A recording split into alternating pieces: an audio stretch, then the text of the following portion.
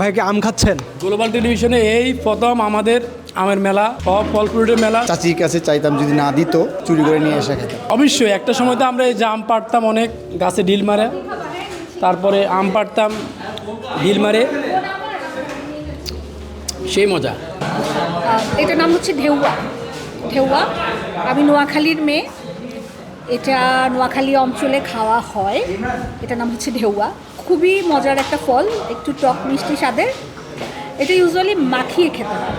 তো আমি এটা বাসায় নিয়ে যাচ্ছি, এটা মাখাবো, দেন খাবো। তো সেই লিচু গাছে আমরা প্রায় মাঝে মধ্যে মানে লিচু চুরি করে খেতাম।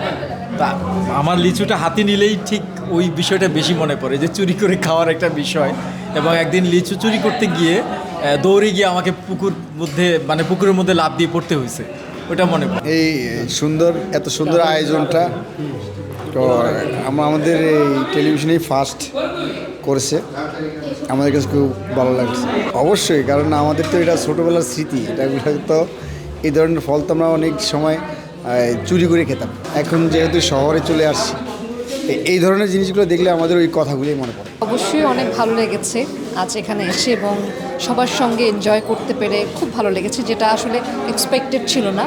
আর সকল দেশীয় ফল, হঠাৎ করে এই অ্যারেঞ্জমেন্টটা অনেক সারপ্রাইজিং ছিল। আর আমের স্মৃতির কথা যদি বলেন, হ্যাঁ, আমরা আসলে ছোটোবেলা থেকে আমরা আসলে বাঙালিরা আম খুব পছন্দ করি। আমাদের জাতীয় ফল কাঁঠাল হলেও আমরা আমকে ভীষণ ভালোবাসি। আমের সিজন এলে আমাদের বোধহয় সবার ঘরেই প্রতিদিনই আম থাকে।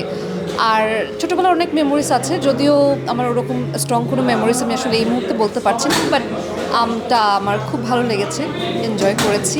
আসলে কি বলবো, আমি তো ফল খেতেই ব্যস্ত, লিচি খেতেই ব্যস্ত। বিষয়টি অত্যন্ত সুন্দর। অফিসের সবাই মিলে আসলে কাজ করা হয়, এটা কাজের জায়গা। আমরা সারা দিন প্রচণ্ড রকম দৌড়ঝাঁপ করে প্রত্যেকটা ডিপার্টমেন্টের লোকজনরা মিলে আমরা একটা নিউজ তৈরি করি। সেটা একটা সঠিক সময়ের মধ্যে আমাদেরকে টেলিকাস্ট করতে হয়। তো আমরা সবসময় অনেক দৌড়ের উপরে থাকি, অনেক কর্মব্যস্ততার মধ্যে থাকি এবং অনেক প্রেশারে থাকি। নিউজরুম একটা প্রেশারের জায়গা। তো সেই জায়গাটা থেকে কাজ শেষে একটা সুন্দর ফল উৎসব, চমৎকার, তাই না? এটা একটা চমৎকার আয়োজন। আমরা সবাই মিলে ফল দেখছি, ফল চিনছি, ফল খাচ্ছি।